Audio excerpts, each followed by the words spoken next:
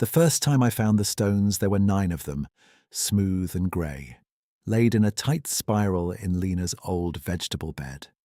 3 mornings later, they had been moved into 2 straight rows framing her cedar row markers, the same markers she had set in place the spring before cancer took her. I had spent 6 years living by habit and silence, and those stones opened a place in me I had kept sealed. What followed turned my garden into the only conversation I trusted. Late spring of 1999 came wet and slow above the Cowlitz Bend, with low clouds that sat on the ridge until near noon. My place stood on a rise of fir and alder, one narrow gravel road in, no neighbouring porch lights at night. The house was plain cedar with a tin roof shed, a split rail fence, and a small garden patch on the south side where the ground held warmth. I kept the patch weeded, edged, and bare. I could not bring myself to plant it. I was 68 that year. I had worked 37 years as a railroad mechanic, mostly heavy brake systems and axle work, and my hands still moved like they had a shift whistle to answer. My father had been Yakima. My mother came from logging people up toward Morton. I had learned to keep tools clean, keep accounts straight, and talk only when there was use in talking. After Lena died, I kept that rule harder than before. Scout was the one creature I spoke to regular. He was an old hound with a white blaze over one eye and hips that stiffened in cold mornings. He slept by the stove and watched the door like a guard paid in leftovers. Before dawn each day I rose, fed him, and set cast-iron coffee on the burner. The smell of hot metal and grounds met me before full light. I drank from Lena's chipped blue mug and listened to the river carry stone against stone.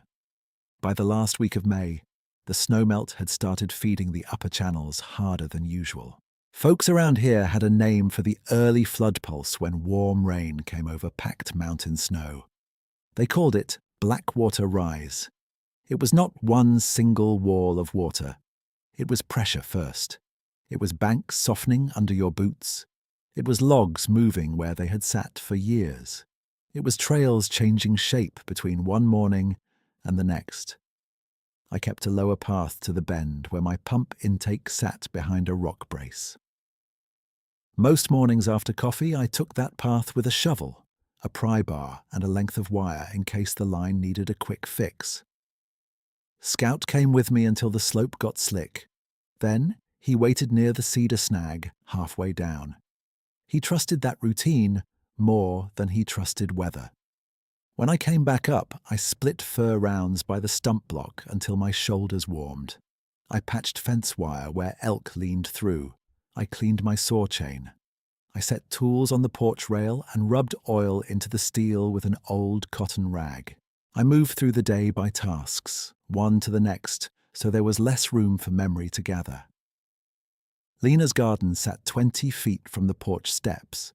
She had laid it out in 4 beds with narrow walking lanes, each border lined by stone she collected from the river shallows. Her hands had been small and quick. She planted by map, not guesswork. Beans on the east run, squash mounds by the fence, carrots in tight rows where the shade held late. After she was gone, I pulled the dead stalks and left the markers standing. I kept the bed clean, but empty. The first morning of the stones, I noticed them while carrying ash to the compost pit. 9 river stones, all near fist size, all smoother than what sat in my borderline, arranged in a spiral that tightened toward the center like a watch spring. The shape was exact. No boot marks showed in the damp soil, only a clean pattern and the faint drag line where one stone had been nudged into place. Scout stood still beside me, ears forward, no growl, no bark. I set the ash bucket down and looked toward the tree line. Alder leaves trembled, but no branch snapped.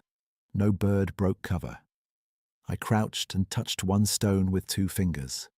Cold, wet, fresh from moving water.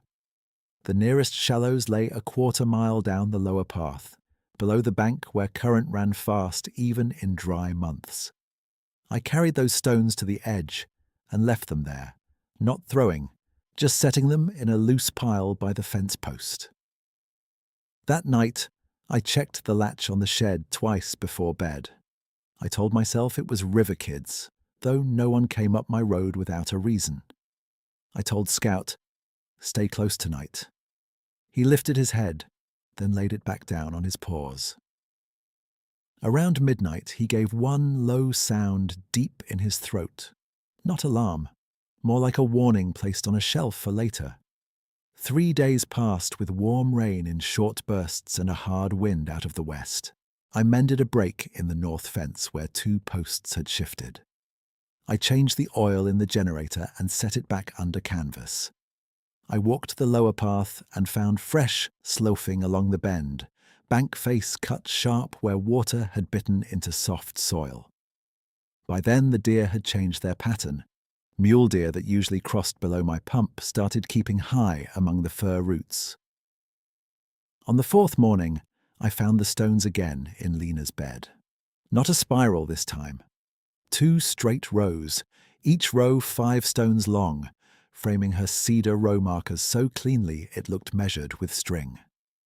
I stood there with my coffee cooling in my hand and felt my chest tighten in a way work had never managed to fix. It was not random. Whoever set them had seen her markers, had seen what mattered in that patch of ground. I did not speak for a while, then I said, quiet, "You see that, Scout?" He came to my knee, sniffed the nearest stone, and looked toward the alder line. His tail stayed low, but he did not pull back. I knelt and ran my hand along one cedar marker. Lena had burned the word beans into it years earlier with a soldering tip and steady patience. The letters had darkened deeper with each season of rain. That afternoon, I took my pocket notebook from the drawer by the sink. It was a cheap spiral pad I used for seed counts, repair notes, and mileage when I drove into town for feed. I made a new page and wrote the date. Then I wrote, 9 smooth stones, spiral, removed, reappeared in 2 rows around Lena markers. No visible shoe tracks, soil damp, stones fresh wet. I closed the notebook and set it beside my seed ledger. The next sign came near dusk. Scout and I were on the porch, me with a wrench and lantern parts spread on newspaper, him at my boots. He stiffened and let out that same low growl without opening his mouth. I looked up toward the lower pasture cut and saw nothing moving. The air smelled of wet bark and river silt. Far off, a cottonwood gave a long, cracking sound. Then silence fell back over the slope. The day after that, I went down to check the pump line and found prints in the gravel bar where the bank flattened into shallows. They were not hoof marks, not boot tread, not bare. They were broad 5-toed impressions pressed deep in wet stone dust, the stride longer than mine by half again. Water had already blurred the edges, but the depth stayed clear. Heavy weight, careful placement, and a path that came from the river and turned uphill toward my place. I squatted beside the nearest print and put my hand near it without touching. My palm looked small against it. Scout paced behind me and whined once, then went quiet. I did not follow the tracks up slope. I checked the intake screen, cleared 2 branches, tightened the clamp, and started back the same way I had come. By early June, I noticed another change. Stones in the shallows where Lena used to pick for borders had thinned. Not all at once. A handful gone here, then more 2 mornings later. Mostly the smooth ones she favoured. I tested myself, counted from memory, came back with a more careful look, and wrote in the notebook that evening. Shallow bar losing selected stones. Fist size, smooth, unknown cause. I kept no stories in that notebook, only observation. Date, time, place, weather. What I saw, what Scout did. The ledger beside it still held Lena's planting map from 1992, pencil lines faded but readable. I turned those pages at night sometimes with the lamp low, tracing her neat block letters while rain tapped the eaves. The house stayed as quiet as a closed hand.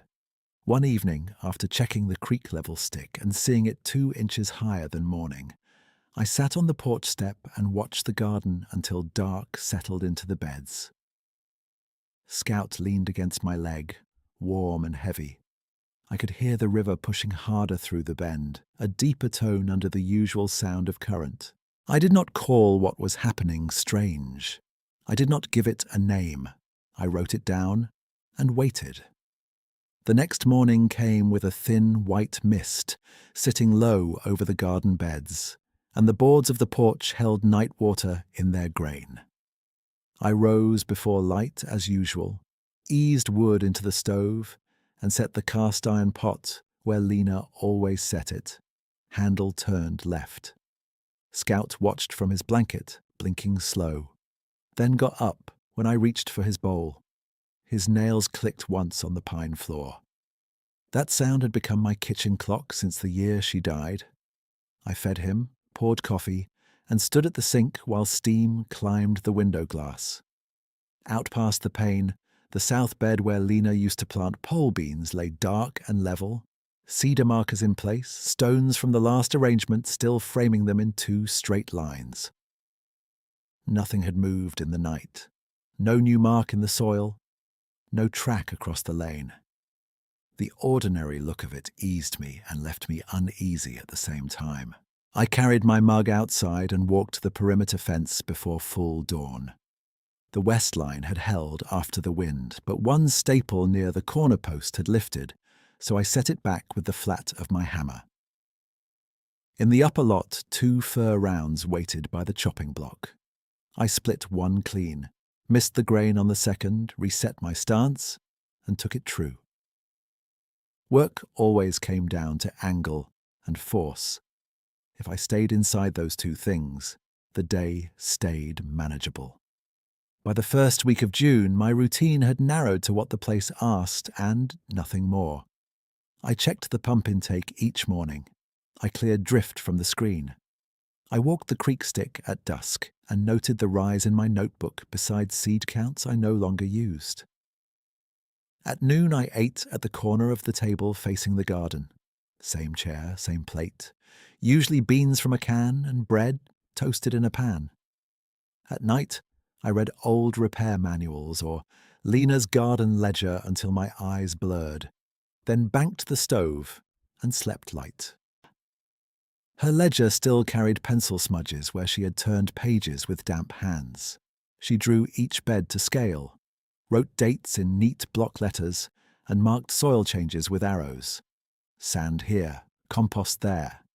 She kept weather notes too. Late frost, wind from east, beetles heavy. The year before she got sick, she wrote one line in the margin beside the carrot row. Good drainage now. Riverstones helped. I ran my thumb over those words so many times, the page edge softened. There were days I spoke only to Scout and did not notice until dark. "You're getting stubborn," I told him one afternoon when he refused the lower path and sat square in the trail with his ears back. He held my gaze, then looked toward the alder stand and let out a breath through his nose. I did not force him.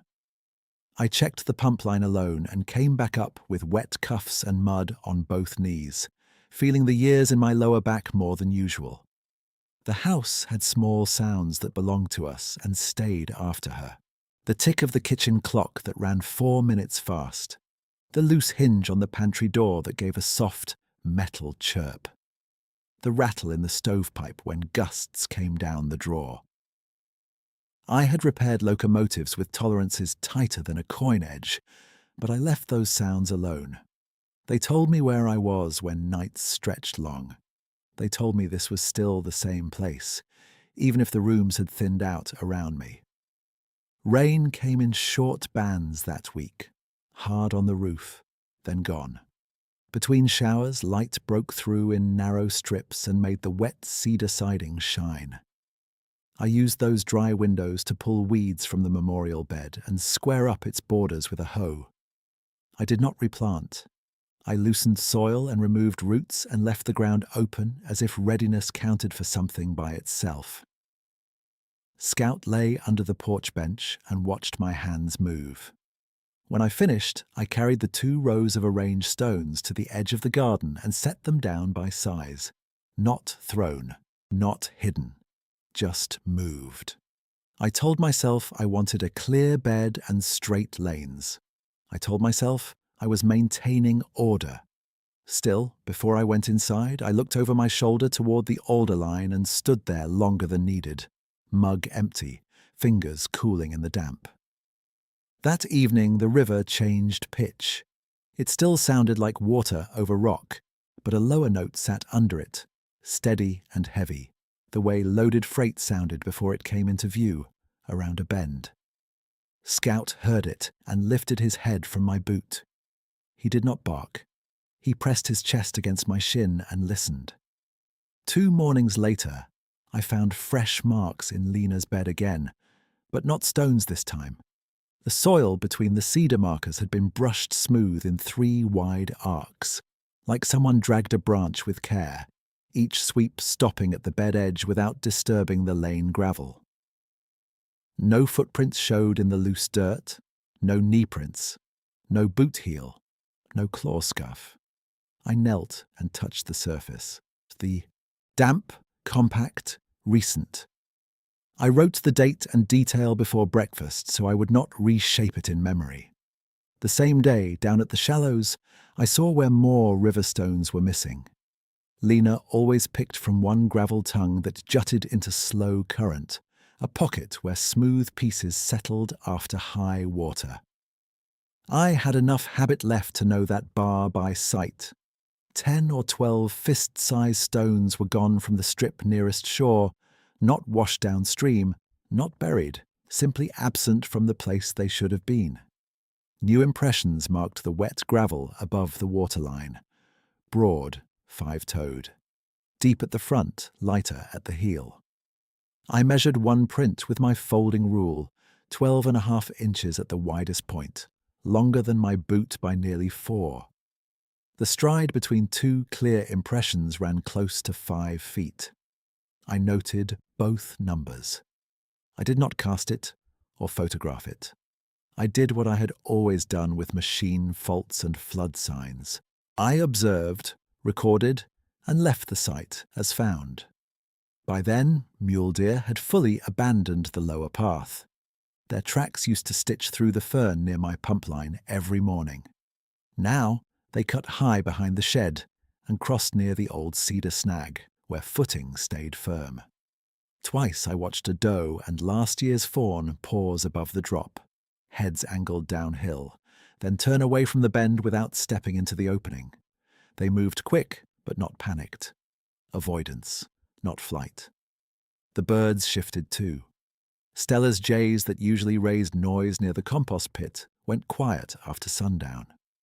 Swainson's thrush still called in the evenings, but from farther upslope. Near the river, the frogs kept on with their usual chatter in backwater pools, then stopped all at once on 2 separate nights, as if something passed through the willows. I stood at the porch rail listening to that silence spread and lift,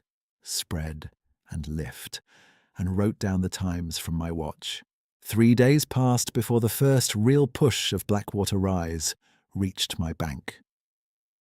I saw it at the creek stick before noon. Water up 6 inches from dawn and carrying strips of bark, grass clumps and one whole alder limb, turning slow in the eddy.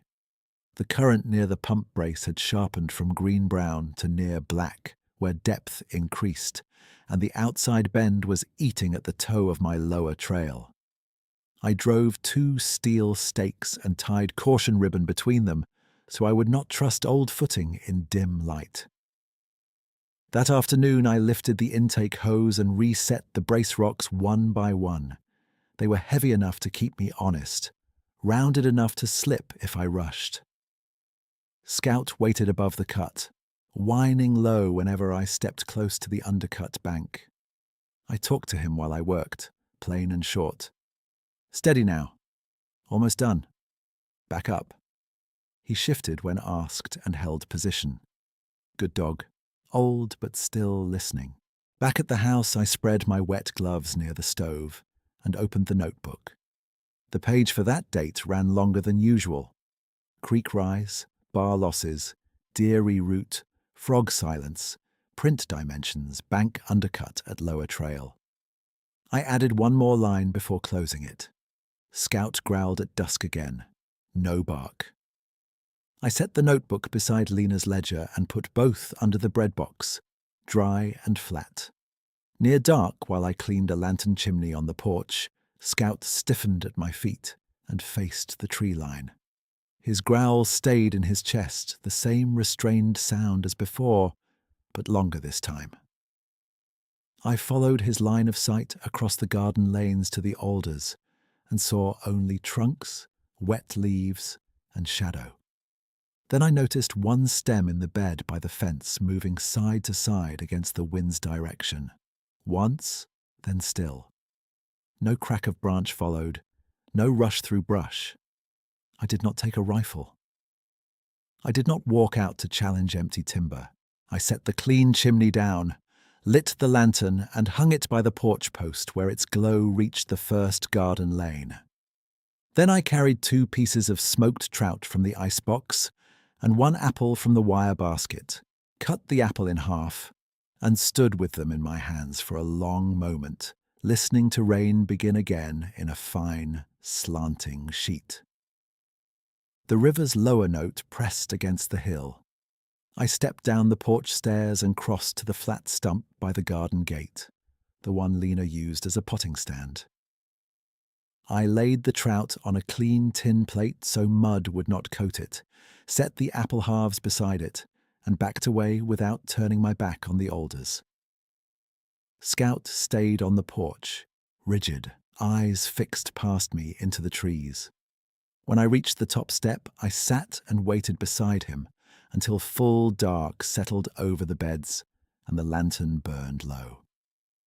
Nothing moved in the open, no shape crossed the lane, no sound came except rain on leaves and the steady push of rising water below. At last I went inside, barred the door, and left the curtain open a hand's width so I could see the stump from the table. I slept in the chair, boots still on, and woke twice to Scout's head lifting and lowering. At first light, I took the lantern and walked out. The tin plate was clean. Trout gone. Apple gone. In their place, arranged with careful spacing around Lena's rusted trowel, lay 7 river stones sorted from smallest to largest in a crescent that matched the curve of the bed edge exactly. I stood there in the wet dawn, rain dripping from the brim of my cap, and copied the pattern into my notebook before I touched a single stone. I slid the notebook back into my pocket and stayed crouched beside the bed until my knees started to ache. The 7 stones were clean as washed dishes, smallest at the left tip of the crescent, each one larger as the curve opened, each one set with a finger-width gap. Lena's trowel lay in the middle, rust along the blade, handle worn smooth where her palm had ridden it for years. Whoever had done this had not dropped stones in passing. They had placed them. Scout came down the steps and stood over the arrangement, nose working slow. He looked at me, then toward the alders, then back to me. His tail stayed low, but it moved once, a short sweep. I lifted the trowel and set it on the stump where rain could not pool around it. I left the stones where they were. The mist burned off by mid-morning. I walked the lower path with the pry bar over my shoulder and checked the intake. Water had risen another inch at the stick, and the current had darkened near the outside bend. A root wad had lodged against my brace rocks, so I worked it loose and watched it roll downstream. When I climbed back, I stopped at the shallows where Lena used to choose border stone. 3 more smooth pieces were missing from the near edge. I wrote it all down at the table while my socks steamed by the stove. Date, creek rise, stone loss at bar. crescent around trowel undisturbed by rain. Then I turned to Lena's ledger and opened the page for 1992. She had sketched the beds in pencil and marked the borders with short hatch lines. At one corner she had drawn a half-moon shape and written, "Holds heat for cucumbers." My thumb rested there a long time. Rain returned in a narrow band after noon, slanting from the west. I split kindling under the shed eave and stacked it in the wood box by the porch door. Scout followed me from pile to box, stiff in the hips, but steady. He did not like the alder line that day. Each time I crossed that side of the yard, he stopped and watched the shadows between trunks as if waiting for something to step clear. By late afternoon, the rain thinned to a fine drift. I took the hatchet and carried an armload of split sticks toward the lean-to, cutting across the south side of the garden to save steps. The light was at that blue hour between weather and dark when details flatten and distance lies. I had one boot on the path by the alders when Scout made a low sound behind me. Not loud, not sharp, just a deep warning. I turned my head toward where he was looking and saw it. 50 yards out, partly behind a cedar trunk, stood a figure taller than any man I knew. Dark fur lay matted against broad shoulders and chest, wet from rain, clinging in ridges where water tracked down. One hand rested against the bark, the other hung near its thigh.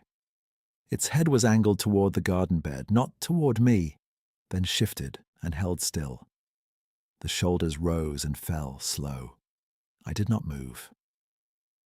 The kindling pressed against my ribs. My fingers went numb around the bundle, and one stick slipped and landed in wet grass without sound. I had known fear on riverbanks and in rail yards. But this was different. Not panic, not flight. It felt like standing at the edge of deep water and seeing your own reflection move a half-second late. Scout did not bark. He stood at my heel, every muscle tight, growl held in his chest. The figure stayed in place for 3 breaths, maybe 4. I saw the line of the brow under wet fur, the width of the neck, the way its weight sat balanced on the slope as if the hill meant nothing. No bared teeth, no forward step, no show of threat. It watched, and there was an attention in that. Watching that felt deliberate, almost careful. Then it withdrew. Not a turn and run, not a crash through brush. It stepped backward once, twice, keeping its upper body angled toward me, then slid behind the cedar trunk and into the timber. Branches moved and settled. Nothing else. I stood with the wood in my arms until my shoulders burned. Then I bent, picked up the dropped stick, and walked back to the porch one measured step at a time. Scout backed with me, eyes fixed on the trees. When we reached the top step, he shook rain from his coat and leaned against my leg, hard enough to steady both of us. Inside, I set the kindling down and sat at the table without taking my jacket off. My hands were not steady, so I waited before writing. When I could hold the pencil straight, I made the entry short. 7:48 p.m. first visual. Approximately 50 yards. Height well over 7 feet by comparison to cedar. Dark fur, rain matted. No aggressive movement. Withdrew backward into timber. I added one more line. Scout growled, did not bark. Night came full while I sat there. I lit the lamp, checked the door latch, and opened the curtain a hand's width toward the garden. The river had that same freight note under its usual sound, deeper now. Around 10, Scout lifted his head from the rug and listened toward the south wall for nearly a minute, then laid it down again. I did not hear footsteps. I heard rain ticking off the porch rail and water moving hard below the bank. By dawn, the sky had cleared to a pale strip over the ridge. I took 2 smoked trout from the icebox, an apple, and a boiled potato left from supper, and set them on the tin plate. I stood at the counter with the plate in my hands and looked out to the stump by the gate. My pulse sat high in my throat like I had just climbed the upper trail. I said, "Come on, old boy," and Scout rose, stretching long before he followed. We stepped out together. The boards were slick. I carried the plate to the stump and set it down with both hands so it would not rattle. I straightened and faced the alders.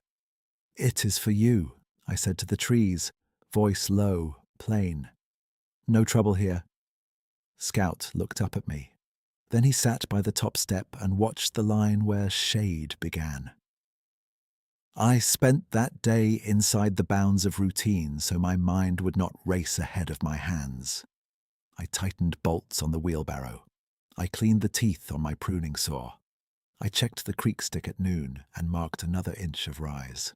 I did not go down to the shallows. I stayed where sight lines were open and came back to the porch each hour as if answering a bell. Before dusk, I took Lena's trowel off the stump and slid it under the porch bench so it would stay out of the weather overnight. 3 days into June had passed since that first crescent, and by then the weather had turned in short cycles: clear morning, rain by afternoon, low cloud at dusk. That evening I sat on the porch with Scout and kept my hands empty. No hatchet, no lantern glass, just my mug cooling beside my boot. The garden lay dark and orderly in front of us, stones pale against wet soil. At the edge of full dark, something shifted between two alder trunks. A shape, then stillness. I could not see details, only height and width held in shadow. Scout gave one low growl, then stopped when I laid my hand on his neck. We stayed that way for several minutes, all three of us in place, no one crossing the open ground. When I finally stood, the shape eased back and disappeared the same way as before, quiet and deliberate. The next morning, the plate was empty. On the stump, where the food had been, lay 5 stones stacked from largest at the base to smallest on top. A narrow tower balanced true despite the night wind. Beside it sat Lena's trowel, which I had left under the porch bench. I knew where I had put it. There was no mistake in that. I touched the top stone and felt grit under my fingertip. River silt not yet dry.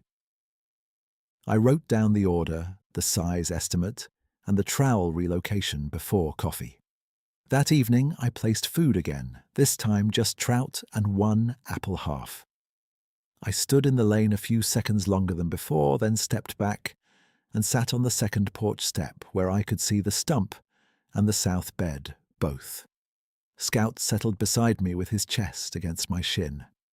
The air carried wet cedar and mud.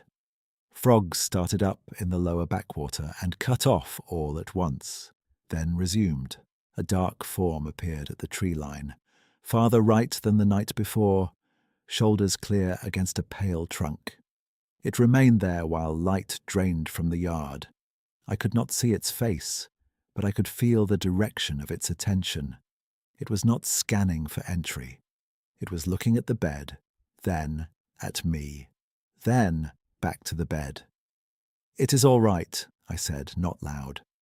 The figure did not advance. It did not retreat either. It held ground until dark took it. By the second week of June, the pattern settled into repetition. Dusk came. I set food on the stump. I sat with Scout on the porch. A shape stood at the edge of timber. Same band of trees. Same patience. At dawn, the plate was clean, and stones waited in some new arrangement in or near Lena's bed. One morning they formed a narrow arc along the east marker where beans used to run. Another morning they framed the carrot row space in 2 parallel lines, spaced with exact intervals. On the 4th dawn, 7 stones were laid in a stepped pattern I knew from my grandmother's basket lids, a climbing shape she called river path. I had not seen that motif in 40 years, not since her hands stopped weaving. I stood with the notebook open and forgot to write for a full minute. I did right in the end. Pattern resembles grandmother basket motif, river path step. No disturbance in lanes, placement precise. The sightings stayed at distance. I never saw him in full daylight. I never saw him cross the open lane. Once, during a hard shower near sunset, he stood close enough that I could make out the line of his forearm and the wet clumps of fur along his shoulder.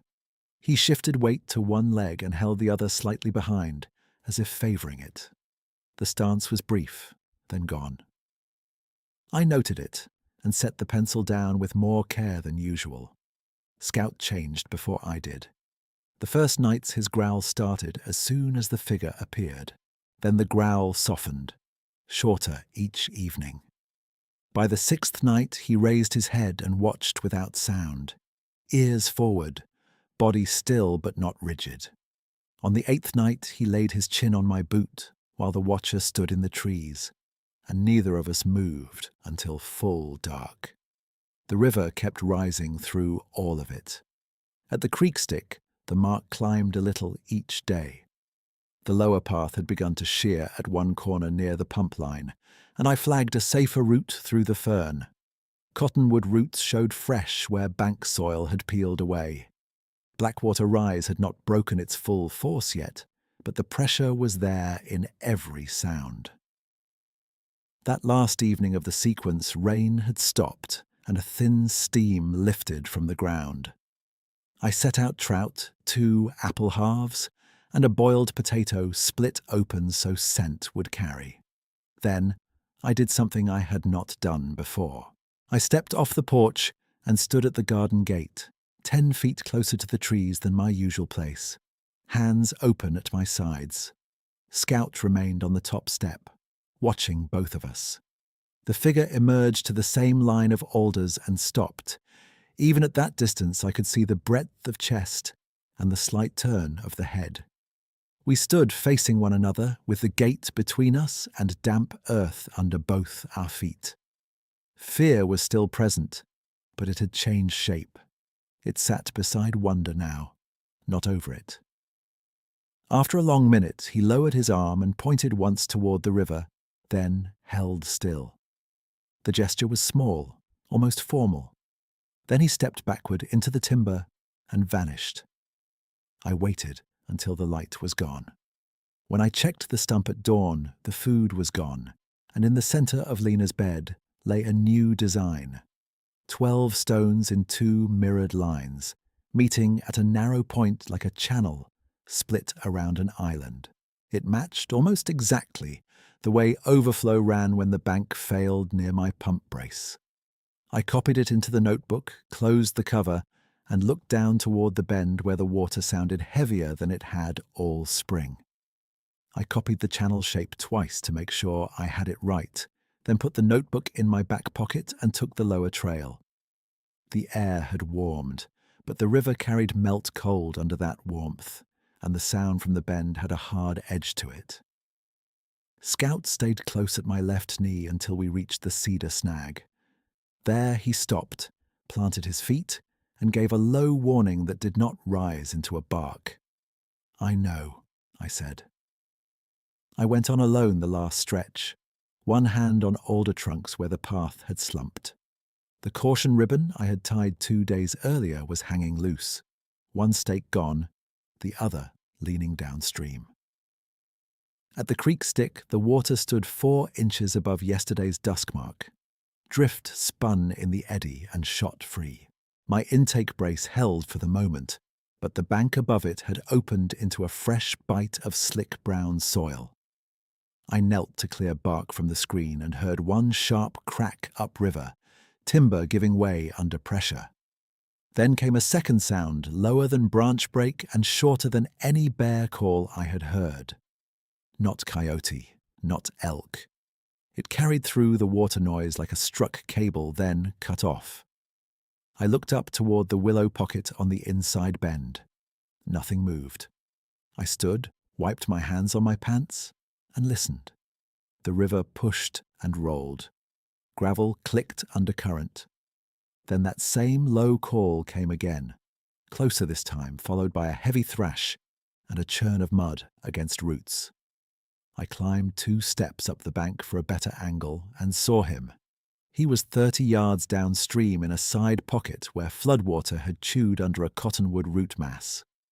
One leg was buried to the upper thigh in a suction pit of black mud and tangled roots. The other leg was braced sideways on exposed stones, knee shaking with strain. Each time he pulled, the pit swallowed deeper, and current slapped his hip and lower back. His left hand gripped a root the width of my wrist. His right arm drove into the mud as if searching for leverage and finding none. Water surged around the pocket in pulses. On each pulse, the root fan flexed and dropped silt. I saw rusted wire in the tangle near his trapped leg. Old fence spool line carried down years ago and caught in the roots. One strand rode high against his calf and disappeared under mud again when he shifted. He saw me then. His head snapped up. Shoulders flared. He bared no teeth, but the look was hard and direct, and for a second we held each other there with the river between us, both breathing fast. He made one motion with his free hand, short and downward toward the trapped leg, then grabbed the root again as the bank shuddered under another surge. I did not step in. Not yet. I stood on slick stones and felt my own pulse in my throat, counting what I had and what I did not. No partner, no throw bag down here, no safe footing in that pocket. Water still rising. If I went in wrong, both of us would pin or wash. If I left him, the river would finish it by dark. I backed up 2 careful steps and climbed hard for the house. Scout met me halfway up the trail, ears flat, whining now, reading my pace. I did not slow. Porch, I said, now. At the shed, I grabbed the coil rope hanging from the nail, the pruning saw, and the truck jack handle I kept by the bench for stubborn stones. Inside the mudroom, I took the first aid tin from under the sink, tore open 2 clean feed sack cloths, and shoved in a small bundle of dried yarrow from the shelf Lena used to keep for cuts and bee stings. I took a wool blanket from the chair back and tied it around my waist. Scout crowded my legs, chest shaking. By the time I got to the porch post, rain had started again, thin and cold. I clipped Scout's lead to the iron ring and knelt so he would hold still. Stay here. Stay. He pulled once, hard enough to creak the post, then settled and watched me with that fixed look he had when he knew I was going where he could not. I ran down the trail with the rope over my shoulder and tools thumping against my thigh. At the snag, I slid in mud, caught a trunk, and kept moving. The river had climbed again in those few minutes. Water now licked the lower edge of the path where it had been dry gravel at dawn. He was still in the root pocket, but lower. Mud had climbed to his hip on the trapped side. Each breath came wide through his chest. When he saw the rope, he stilled for one long moment and then gave a tight nod, once as if he understood exactly what I had brought. By mid-afternoon, the rain set into a steady sheet, and the current took on that heavy, grinding sound that meant fresh debris coming down from above. I tied one end of the rope around a fir trunk upslope and tested the knot with both hands. Then I looped the running end around my chest under my arms and stepped into the edge flow. Cold hit like a hammer through my jeans. I planted the jack handle ahead of me as a staff and moved sideways, boot by boot, until the current reached my thighs. He watched every step. When I got within 8 feet, he shifted to make space, but the shift dragged him deeper, and he made a rough sound through clenched jaw. Mud boiled around his trapped leg. "Hold," I said, more to myself than to him. I crouched against the push of water and worked the jack handle under a flat stone near his free foot, levering it out to make a firmer platform. The first try slipped, the second held. He tested it and set weight there. It bought us inches, not freedom, but inches mattered in floodwater. I passed him the rope end and tapped his forearm, then pointed to his chest and the root behind him. He took the rope and wrapped it around his upper torso twice, then fed the tail back to me. His hands moved quick and precise despite the strain. No panic in them, just effort. The wire was the next problem.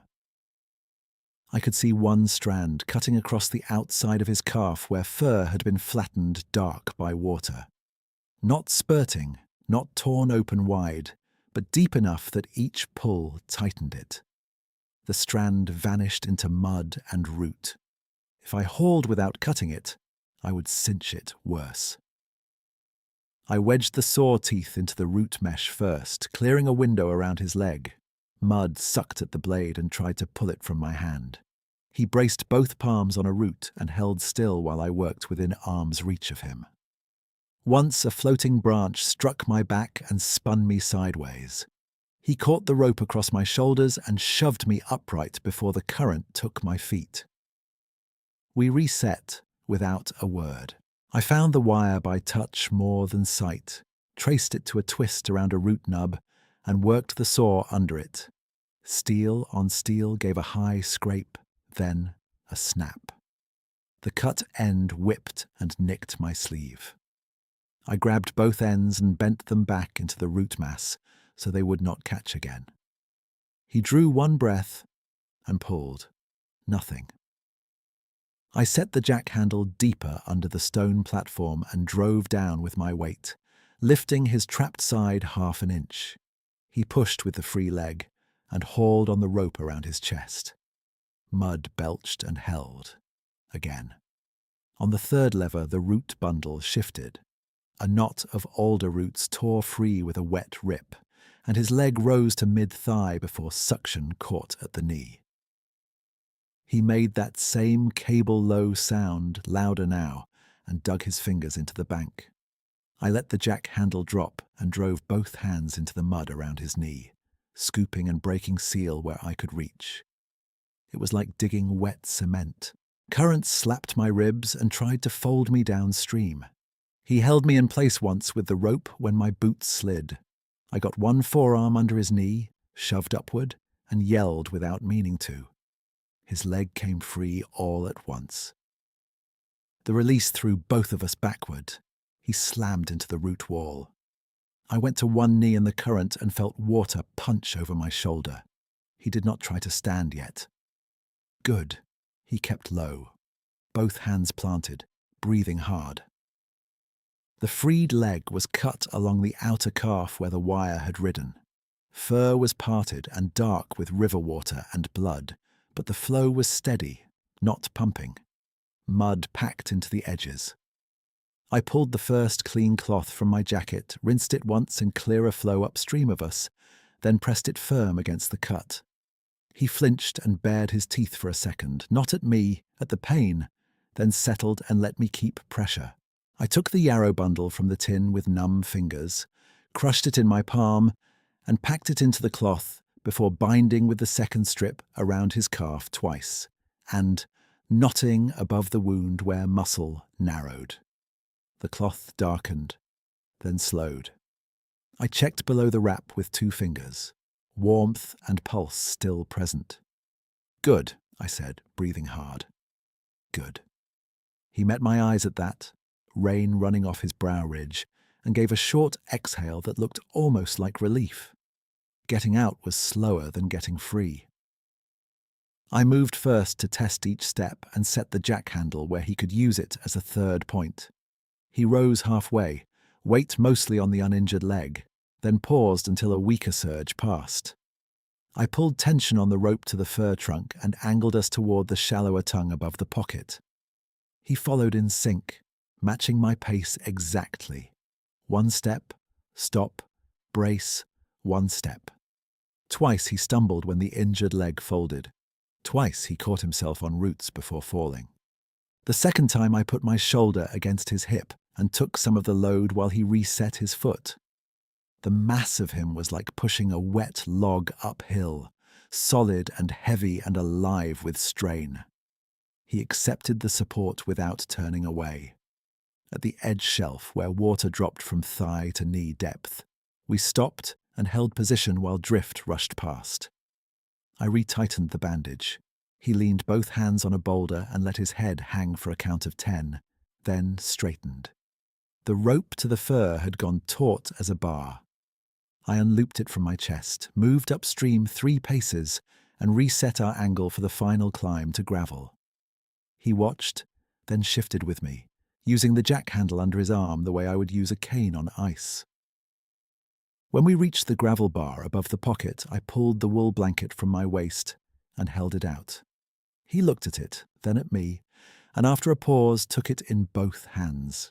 Instead of wrapping it over his shoulders, he folded it once and pressed it against his bandaged calf, adding pressure where I had tied cloth. Practical, deliberate. Rain eased to a mist. The river still drove hard, but we were out of the main pull. Up on the slope, Scout was barking now, full voice for the first time in days, straining against the lead. I could see him through alder stems, body rigid at the porch line. I raised my hand toward the house without thinking and called, "Easy, Scout." He barked twice more and fell silent. Beside me, the big male shifted his weight and stood straighter, one hand still on the blanket at his leg, the other resting on the jack handle before he gave it back to me. He placed it carefully in my palm, not dropped, not shoved, and then turned his head toward the bend we had just left, listening to the water with the same focused stillness I had seen at the tree line night after night. We stayed there shoulder to shoulder in the rain steam, both breathing hard, while Blackwater Rise kept battering the bank below us, and the garden sat uphill waiting for whatever came next. He turned first, slow, as if each inch of motion had to be measured against pain. Water ran off his brow ridge and down the bridge of a broad nose, flattened old, maybe from some break long healed. His eyes found mine and held. They were deep set and dark, but not empty, and not the frantic look of a trapped animal. They were alert, they were tired, they were steady on me in a way that felt like counting. I had seen men look like that in rail yards after near misses. No speech left in them, only clear fact. Still here. Saw what you did. Know the cost. I did not reach for him again. I kept my hands at my sides where he could see them. The rope dragged in the water at my boots, and the knot at the fir trunk thumped as current hit it. Behind us, Scout gave one short bark, then another, then stopped when I called his name low. The big male shifted weight and made a small sound in his throat. Not pain this time. More a rough breath pushed through effort. He lifted his chin toward the lower bank where the path had slumped and the pump line ran. Then he looked back to me and lowered his chin once. The same formal movement he had used before, only closer now, close enough that I could see mud in the fur at his jaw. "I see it," I said. He watched me another long moment, then bent with care and picked up a flat river stone from the gravel, one of Lena's kind, palm wide and smooth. He held it between both hands, turned it once, and set it down near my left boot with exact placement, centered with the toe, edge aligned toward the slope. Not random, a mark. I looked from the stone to him. He tapped his chest once with 2 fingers. Then he pointed to me. Then he pointed to the stone. I nodded without thinking. All right. The rain thinned further, and the mist lifted enough that I could see where overflow from the side pocket had started a new runnel toward the lower edge of my garden line. His earlier gesture at the gate came back clear in my mind. The mirrored channel he had laid in stones. The warning had been there before the bank failed. He turned toward the slope and tested his injured leg. It held, but barely. I moved to his right side, set my shoulder under his forearm where it could take weight without touching the bandage, and we started up in short steps, using alder trunks and roots. He leaned when needed and released when he could. No struggle for dominance in it. just two bodies trying to stay upright on wet ground. At the cedar snag, Scout reached the end of his lead and stood rigid, ears high, then froze. His nose worked fast. He gave a low growl that faded into silence as the male stopped 6 paces away and looked at him straight on. No bared teeth. No charge. Only stillness. "Easy," I said to Scout. "He is hurt." Scout's tail stayed low, but he sat. That was enough. I clipped Scout free with one hand and kept the rope in the other. The male watched the movement, then looked past us toward the porch and the south bed. He took one step, halted, then took another, favoring the wrapped leg. When he reached the edge of the open yard, he stopped again as if there was a line he would not cross without cause. By late afternoon, the sky had gone from slate to a thin, dirty white, and the flood sound carried farther up the hill than I had heard all spring. I could not leave the bank as it was and hope to keep the garden through the night. The runnel below the pump path would cut wider with one more surge. I pointed toward the shed, then toward the broken bank, making the motion of lifting with both hands. He followed my hands with his eyes, then looked down at the flat stone still near my boot. He picked it up again and held it at chest level for 1 second, then set it in my palm. I took that as answer. I moved quick through the shed, grabbed the long-handled spade, the mattock, and 2 empty feed sacks for carrying smaller rock. I left the first aid tin open on the porch table in case the bandage failed. When I came back out, he was where I had left him, one hand on the fence rail, Scout sitting halfway between us with his head turning from one to the other. We went down to the failing edge together. I cut a shallow trench above the runnel to give spill water a new line away from the bed. He worked below me, lifting river stones from the slope and setting them heel to heel into a low face. Even injured, he placed weight with precision. Knees bent, back straight, each stone locked against the next, so current would glance off instead of punch through.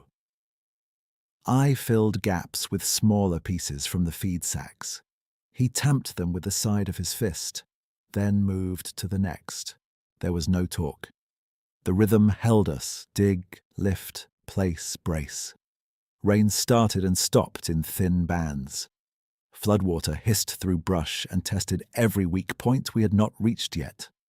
Once, when he bent for a heavier stone, the wrapped leg gave, and he dropped to one knee. I stepped in, set the stone aside, and checked the bandage. Cloth was wet and dark, but still tight. I pressed fresh yarrow from the tin into the outer edge and retied the knot while he gripped a root and looked upstream. "It will hold," I said. He lifted his hand and rested it for a beat on my forearm, firm and brief, then took it away and stood. By the time evening settled over the ridge, we had a waist-high retaining line from the pump path to the old cottonwood stump, curved to match the pressure angle of the bend. It was rough work, but true. Water hit the first stones, fanned and slid into the trench instead of biting towards the garden.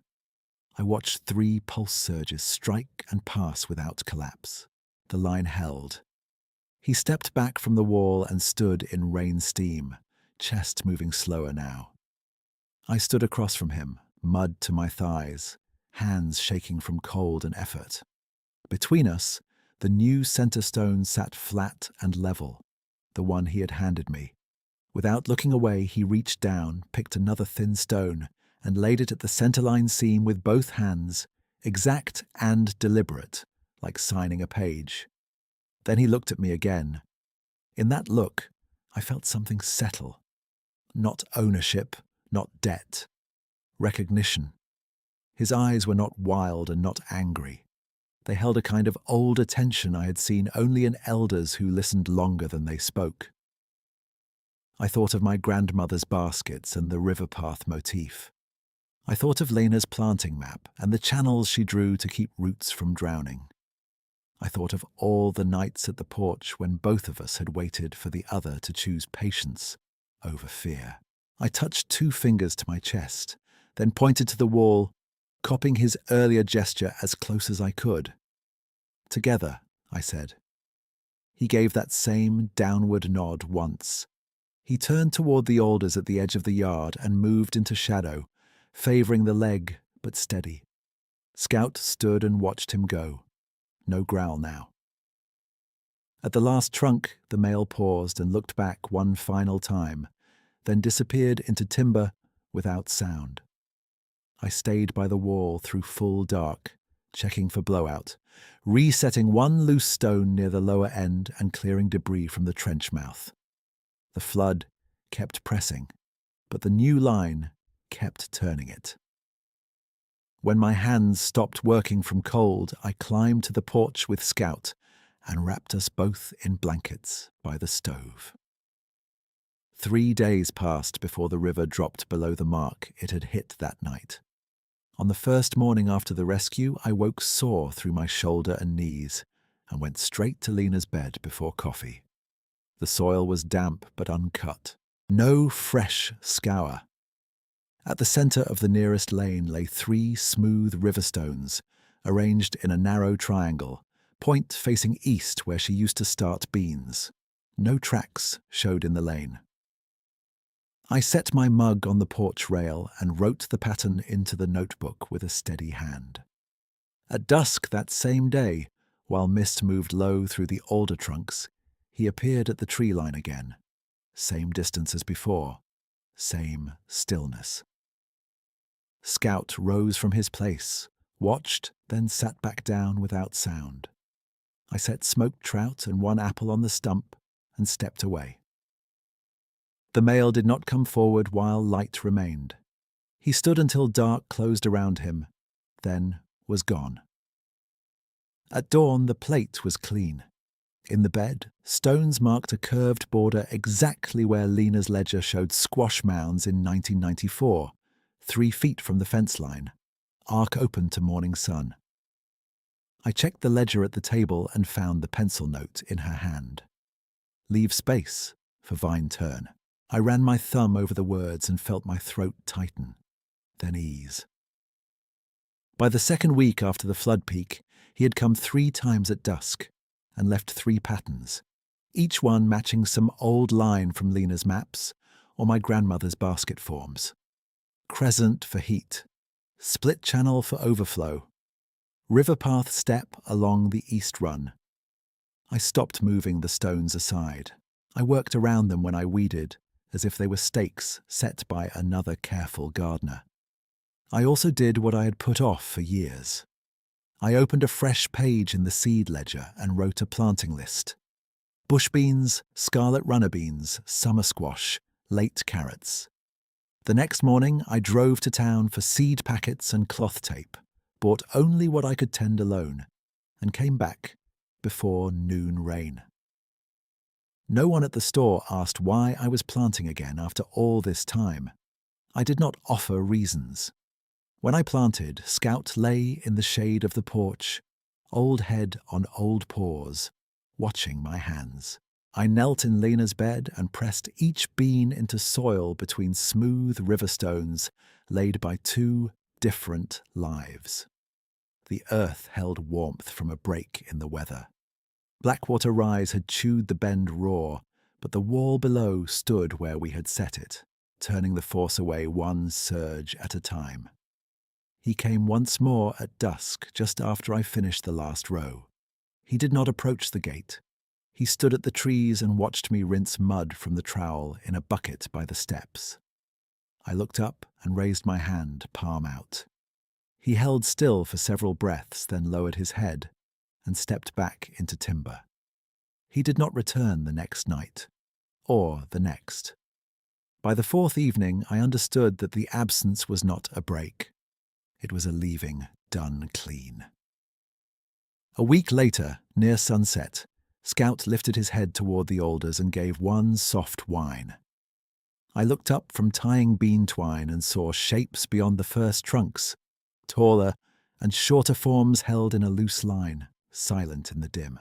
One broad figure stood nearest, weight set a little uneven on the left leg.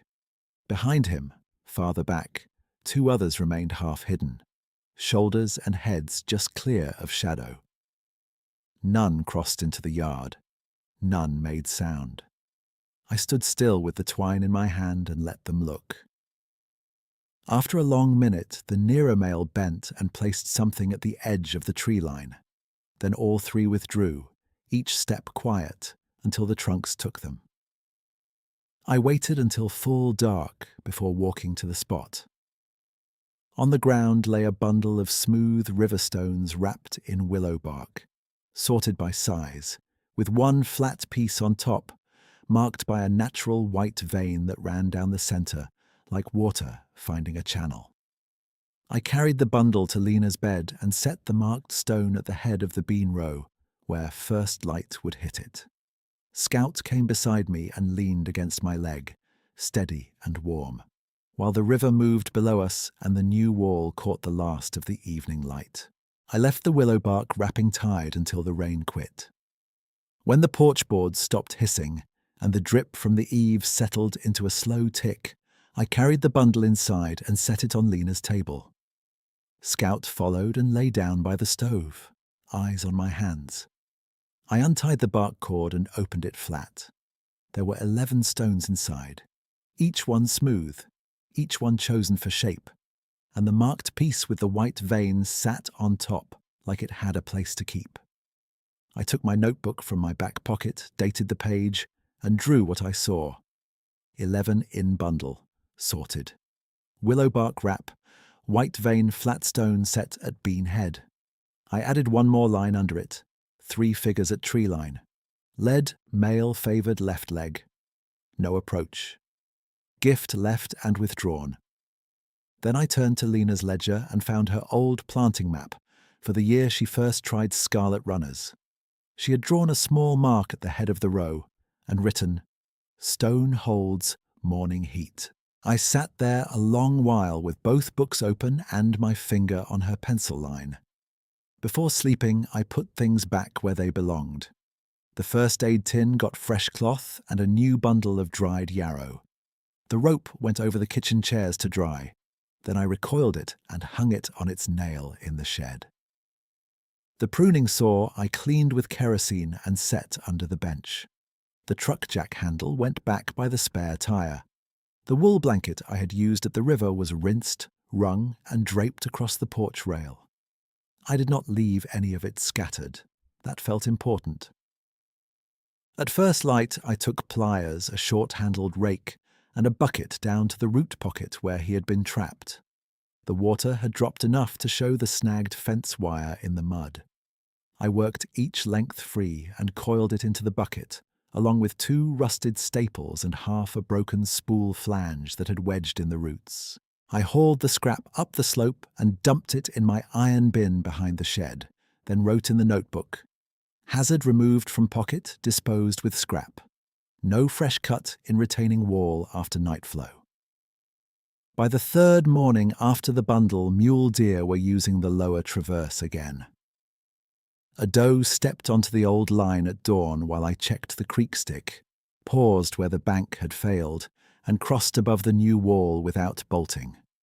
Frogs in the backwater kept their call even after dark. Jays came back to the compost post and scolded me while I turned peelings with the fork. At the shallows, smooth, fist-sized stones had started collecting again where current slowed.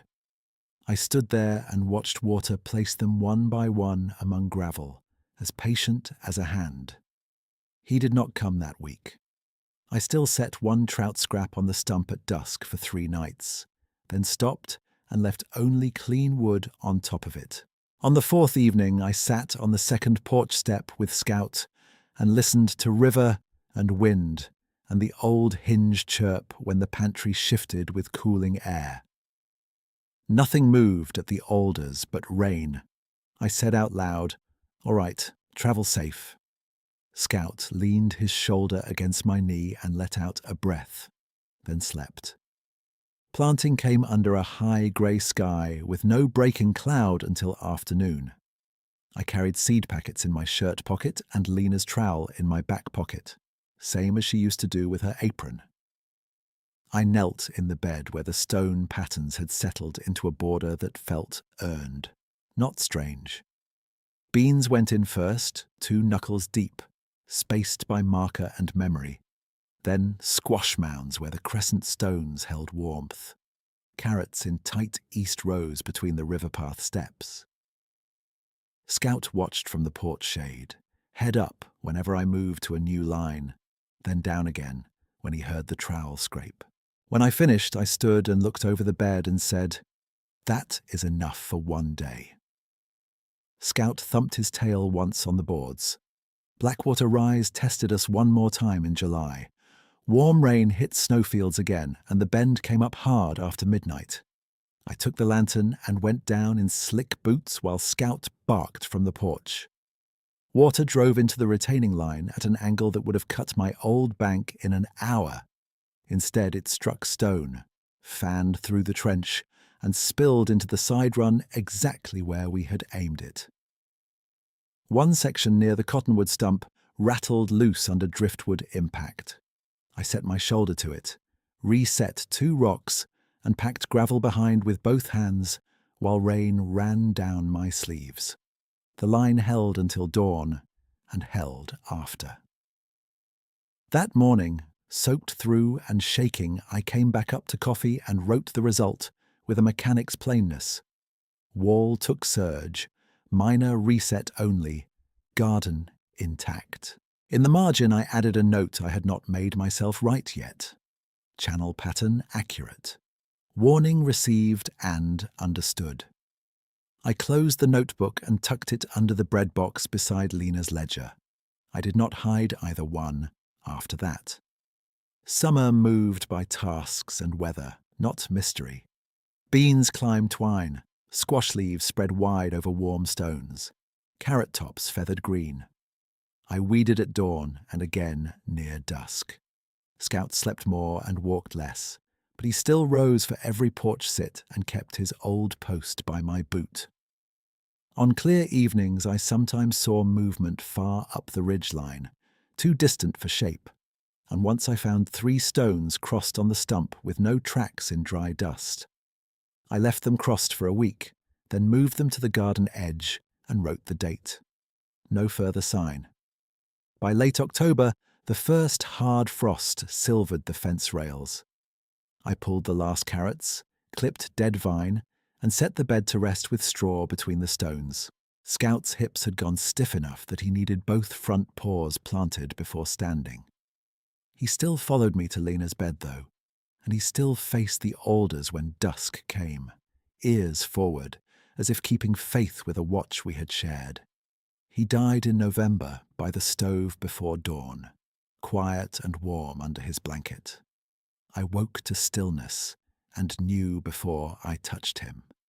I carried him to the cedar snag halfway down the trail, the place he had always chosen to wait when footing got bad. I dug in cold ground with the mattock and shovel, wrapped him in the wool blanket from the flood day, and laid him in with his old leather collar. "Good work," I said. "All of it." Then I covered him, set 3 river stones at the head, and sat there until my hands stopped trembling. The house sounded larger after that. No nails on floorboards, no breath by the stove. I kept talking anyway, short practical lines to empty rooms. Coffee is on. Rain by noon. Pump line needs clearing. The words did not answer back, but they kept me in motion. In December, I copied my field notes from the pocket notebook into a hard-bound ledger and put the original notebook in the top drawer, with Lena's seed maps and 1 strip of the willow bark wrapping pressed between wax paper. I labelled the drawer with masking tape. Garden Records, 1992 onward. On the first clear day of April 2003, I took the drawer records to the table and opened both ledgers side by side.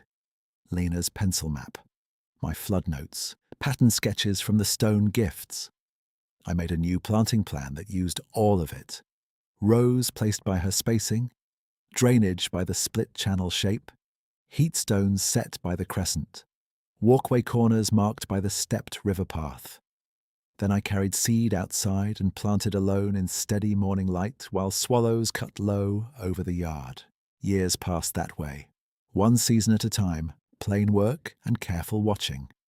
The river rose and fell. The wall took weather and stood. No more gifts arrived at the stump, and no figure waited at the tree line where dusk thickened between alders. I noted that too. Last confirmed sign. Willow bundle evening, 3 forms observed. No return after planting month. It was a clean record. I let it stay clean. Each spring I still knelt in the same bed, set beans into soil between smooth river stones, and pressed earth closed with my thumb the way Lena did. At sunset, when light came low across the bend, the retaining wall caught it stone by stone and sent a soft shine through the garden lanes. And in that light the whole place looked patiently arranged by 2 sets of hands.